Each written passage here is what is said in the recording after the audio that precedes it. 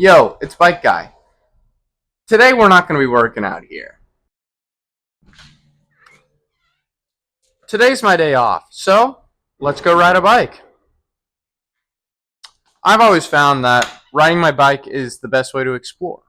And because I'm relatively new to California still, I thought, let's go explore somewhere new.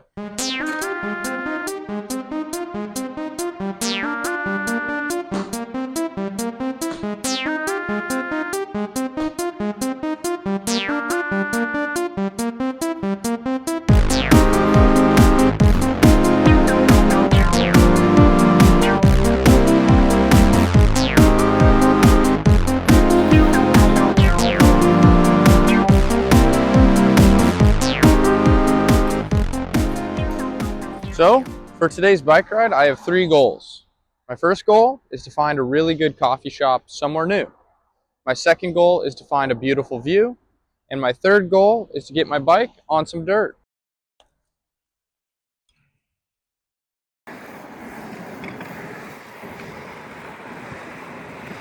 Bum, bum, bum. The hangar.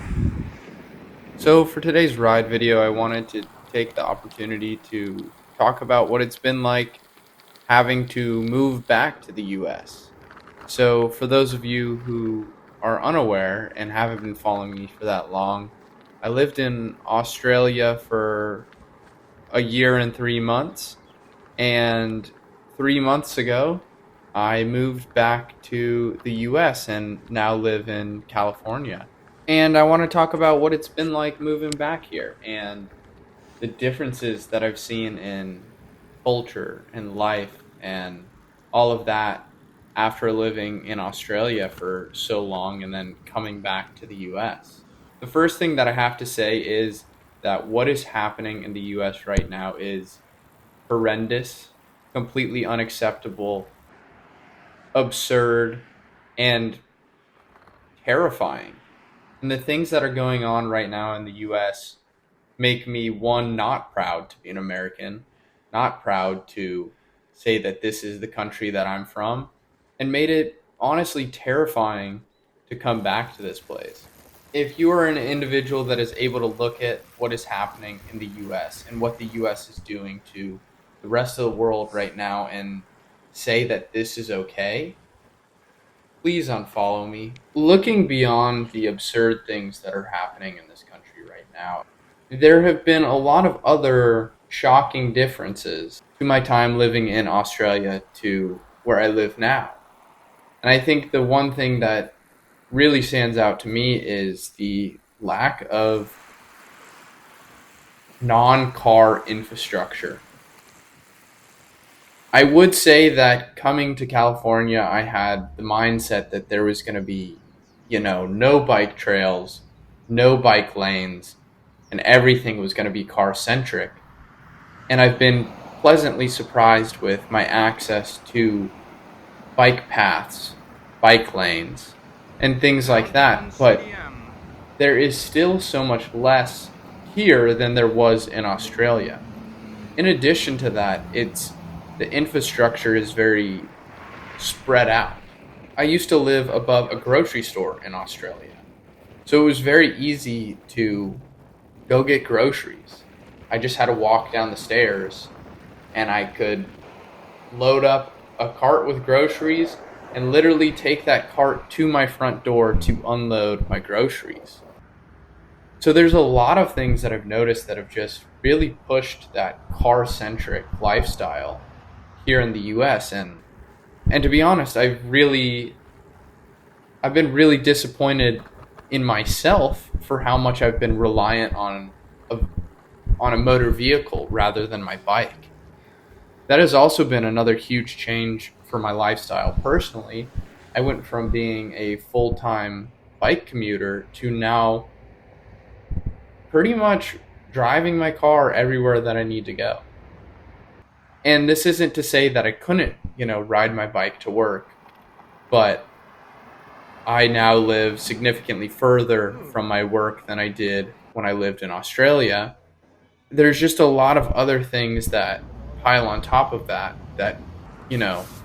make it harder for me to bike everywhere. Even if I wanted to, bike to go get groceries, there's a lot more barriers to that than it was when I lived in Australia.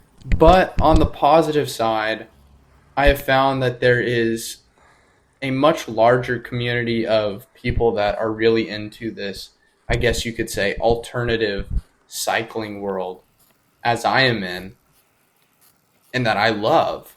And I've been able to really tap into this community and meet some really amazing people, make some new friends, and it's been incredible to have this sort of community right at my fingertips right here in California.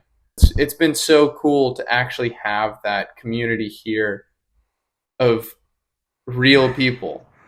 When I was in Australia, there was a really big roadie culture, and there was nobody really doing what I did out there, at least in the Gold Coast where I lived.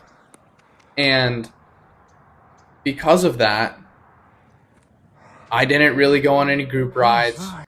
I didn't really meet any other people out on bikes because, they were either really road heavy or really mountain bike heavy. There was nobody sort of in this, alternative cycling world that I could go ride with or really connect with about bikes, because they were either talking high-end road bikes or high-end mountain bikes, and I was still riding 90s steel rigid frames. So it's been really cool to have that community here and be involved in it. And overall, this has been a absolutely crazy couple of months moving back to the US.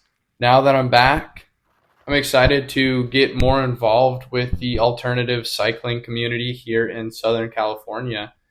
And I'm going to do what I can to stand up for, protect, and support my neighbors, because nobody has the right to do what they're doing to people right now in the US. If you made it this far in the video, thanks for listening to me ramble on about my experience moving back to the US. As for this bike ride, it was really incredible to get out on my bike, slow down a little bit, and explore somewhere that I haven't really been. The gravel trail that I ended up riding on, it had some parts that were almost impossible in my mind, even if you had a mountain bike. But luckily, I didn't have a mechanical, and luckily, I didn't crash. I got out unscathed, and I probably will not hit those trails again. But I did accomplish all of my goals. I got a really good cup of coffee at a new spot in Laguna. I had a ton of incredible views all throughout my bike ride, and I got on some dirt, even if it was pretty dang sketchy.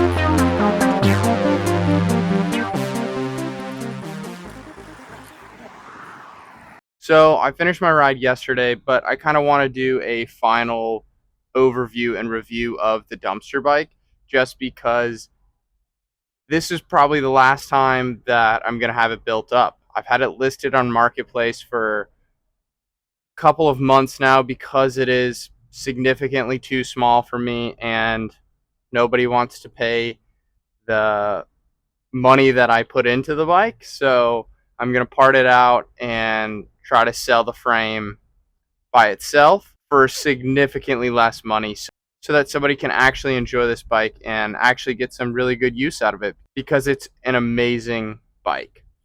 Overall, I've loved everything that I put on the bike. The main problem is that the frame is just significantly too small for me. I really enjoyed running clipless pedals. That was something that I don't normally do, and I actually really enjoyed it, especially on this bike. The Octolink bottom bracket, I don't know if I was able to tell much of a difference between Octolink and normal square taper. I wasn't able to really feel any difference with the Octolink bottom bracket in, so the gearing was not the best for gravel. I definitely needed some wider range in gearing for gravel. It really came out on this most recent ride that I didn't have the gear range to really accomplish what I wanted to accomplish, especially with this bike. I think that the gearing was pretty much perfect for all of the road riding that I've done. But once I got onto some of those steep Laguna Hill sections, I ended up having to push the bike just because I didn't have the gearing to keep going. So, yeah, the gearing wasn't necessarily ideal for gravel. And maybe that's just the Laguna Hills area that has those super steep sections, but I think even so, I would have appreciated a little bit of a wider range in the gearing. So the gearing also wasn't necessarily ideal. The tires, the Panaracer Gravel Kings have been exceptional. I've absolutely loved their performance as well as their appearance. I think their performance is actually way better than their appearance, and I think they look really good. So that says something. I've ridden probably close to 500 miles on this bike now, and no punctures, no issues. They're really supple, great on all terrains, and I haven't had any flats. So that sort of speaks for itself. Been super happy with the tires. Going to keep the tires around, throw them on some sort of build in the future. I don't know how many more 700C bikes I'm going to be working on, but I'm going to keep them around because I've absolutely loved these tires. The last thing that I kind of had issues with, but also really enjoyed, was the bar end shifters. I loved the bar end shifters. I love friction shifting. That was incredible. But because the frame was too short for me, I noticed that I had knee overlap with the bar end shifters and would actually shift with my knee when I didn't want to shift. This caused some problems, especially on some climbs when I was up out of the saddle. I'd accidentally hit the shifter for my rear derailleur and knock it down a few gears and make it significantly too hard for myself. So with that in mind, I'm going to keep the bar end shifters around because I do want to throw them on another bike, another sort of gravel bike in the future. But with that in mind, I definitely need some flair to the handlebars just to get them away from my knees, as well as I also just need the frame to fit me. So yeah, that's all we got for today, guys. Thank you for listening to me ramble and watching me ride around the Laguna Hills area. I had an absolute blast, and shout out to the dumpster bike because this thing turned out amazing, and I hope that it finds a new home soon. So yeah, peace and loves be the blessing. Bike guy out, baby.